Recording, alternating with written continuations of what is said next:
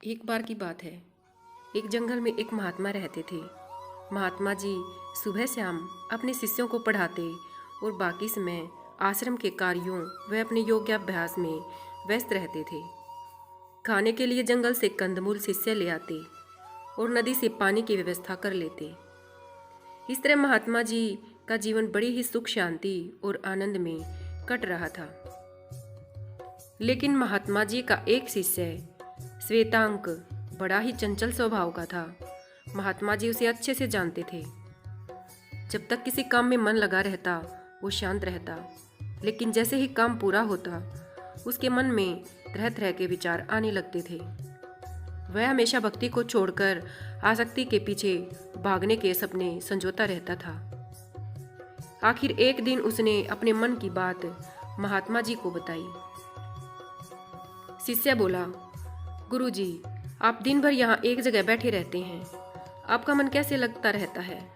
चलिए एक दिन नगर घूम आए, वहाँ बड़े बड़े राजे महाराजे आपके शिष्य बनेंगे, बड़े बड़े महलों में प्रसाद ग्रहण करने को मिलेगा। शिष्य की मनोदशा महात्मा जी जान चुके थे। महात्मा जी बोले, देख श्वेतांक, मैं तो यहीं पर मस्त हूँ, लेकिन अगर तुझे जाना है नगर में तो तू जा सकता है। शिष्य बोला, गुरुजी अकेले जाएंगे तो अच्छा नहीं लगेगा और हमें कोई जानता भी नहीं।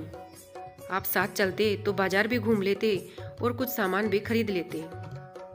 महात्मा जी बोले, मुझे तो फुर्सत नहीं श्वेतांक, तू जा घूम कर आ जाना। तुझे बाजार से जो चाहिए हो मेरा नाम लेकर बोल देना। श्वेतांक अकेले ही नगर को चल दिया।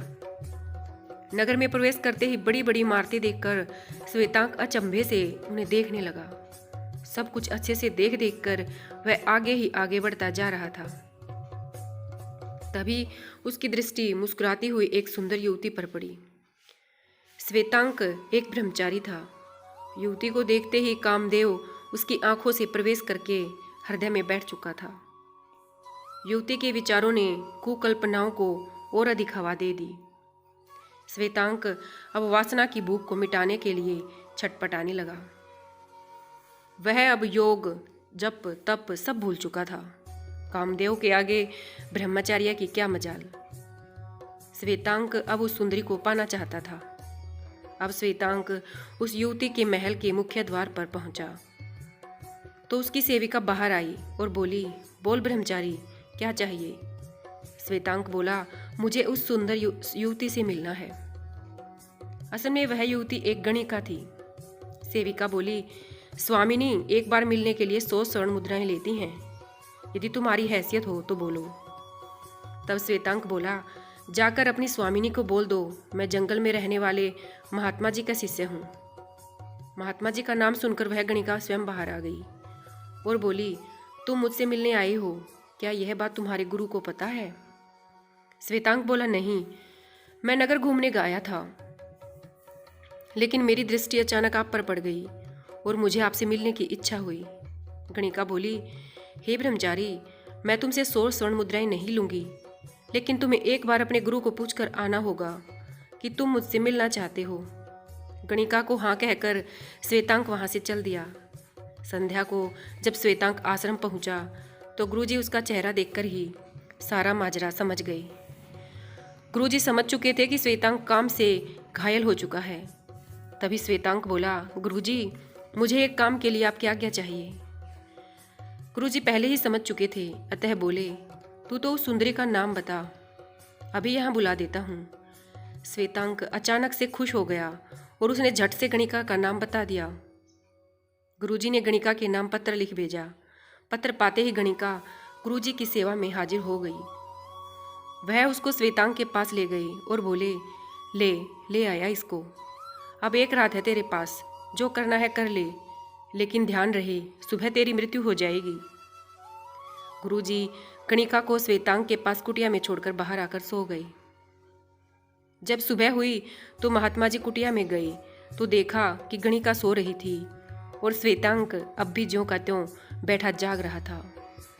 महात्मा जी ने पूछा, अरे श्वेतांक, तू पत्थर की तरह क्यों बैठा है? तेरी बड़ी इच्छा थी ना?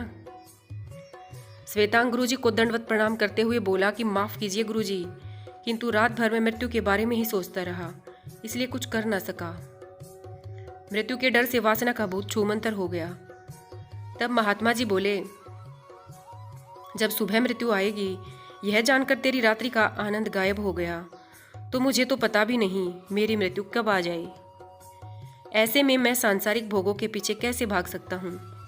इसलिए मैं अपना सारा समय योगाभ्यास में लगाता हूँ। शिष्य श्वेतांग को अब वास्तविकता समझ आ चुकी थी। अब वह भी पूरे मन से ज्ञानार्जन और योगाभ्यास में लग गया। दोस्तों, इस कहानी से हमें यह सीख मिलती है कि हर कार्य के लिए एक निश्चित समय होता है। इसलिए जो समय के साथ चलते हैं वही सुखी रहते हैं। विद्यार्थी का जीवन तपस्वी का जीवन होना चाहिए।